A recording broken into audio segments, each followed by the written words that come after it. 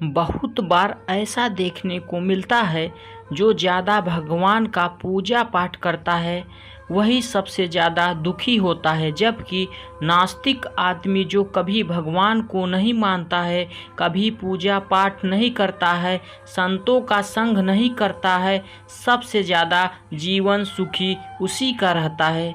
सब चीज़ों को देखकर कभी कभी लगता है भगवान ही गलत है। नमस्कार मित्रों, आपके अपने YouTube चैनल में स्वागत है।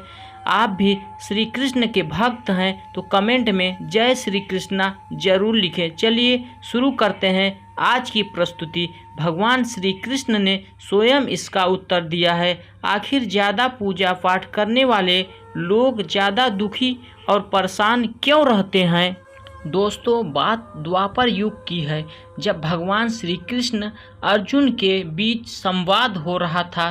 तब अर्जुन ने भगवान श्री कृष्ण से पूछा, हे माधव, जो ज़्यादा पूजा पाठ करते हैं वो ज़्यादातर दुखी और परेशान क्यों रहते हैं? इसके पीछे का कारण क्या है? जबकि वे लोग जो भगवान का नाम नहीं लेते हैं, भगवान का स्मरण नहीं करते हैं, वो लोग हमेशा गलत कार्य करते हैं, तब भी उन लोगों के जीवन में सुख और शांति हमेशा बना रहता है। भागवत गीता के अनुसार ज़्यादा पूजा पाठ करने वाले लोग दुखी क्यों रहते हैं? आइए इस सत्य कहानी के माध्यम से जानते हैं। एक गुरु के दो शिष्य थे, दोनों ही पढ़े लिखे और विद्वान थे। दोनों में सिर्फ फर्क इतना था कि एक भगवान को मानने वाला था, दूसरा भगवान को ना मानने वाला था। नास्तिकता एक ऐसा था जहाँ भी भगवान का कथा होती थी, जहाँ सत्संग होता था, जहाँ भजन होता था, वहाँ वो दौड़कर चला जाता था, भगवान की पूजा पाठ करने लगता था। दूसरा शिष्य इन सब चीज़ों से काफ़ी दूर रहता था, वह बुरी आदतों से भरा हुआ था। दूसरे शिष्य में एक दिन क्या हुआ कि जब शिष्य शराब पीकर अनाप शनाप बोलते हुए रास्ते से चले जा रहा था अपने घर, तो अचानक उसके रास्ते में पैसे से भरा एक बैग मिल जाता है। उसकी खुशी का ठिकाना नहीं रहता। वह जोर जोर से चिल्लाते चिल्लाते बताता है कि आज मुझे पैसों से भरी बैग एक थैली मिल गई है, मेरा जीवन सफल हो गया है, इन सब पैसों से जीवन की आवश्यकताओं को पूर्ति कर लूँगा। और दूसरी मित्र मंदिर से भजन करते हुए अपने घर जा रहा था।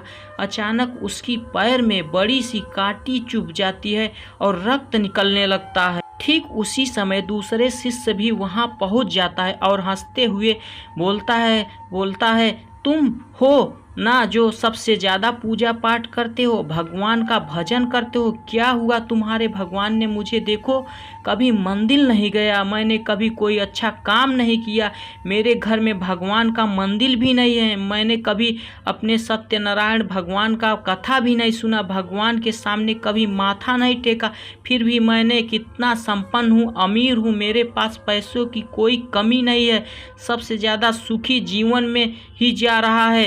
अच्छे शिष्य को उसके बाद चुभने लगी। उसने मन ही मन भगवान को प्रार्थना किया, तो सच बोल रहा है, मैं कितना पूजा पाठ करता हूँ और मुझे कुछ नहीं मिलता है, फिर भी कितना दुखी हूँ। इतना सोचते हुए वह अपने गुरु के पास चला जाता है और यहाँ प्रश्न गुरु से करता है। गुरु जी मुस्कुराते हुए बोलते हैं, भगवान जो करते हैं अच्छे के लिए करते हैं, जिसकी जैसी योग्यता होती है उसको उसी के अनुसार फल देते हैं। जब तुम्हारे प्रश्नों का उत्तर तुम जानते हो, भगवान ने पैरों में ही क्यों कांटे चुभाए और उसके पैसे से भरी बैग क्यों मिली?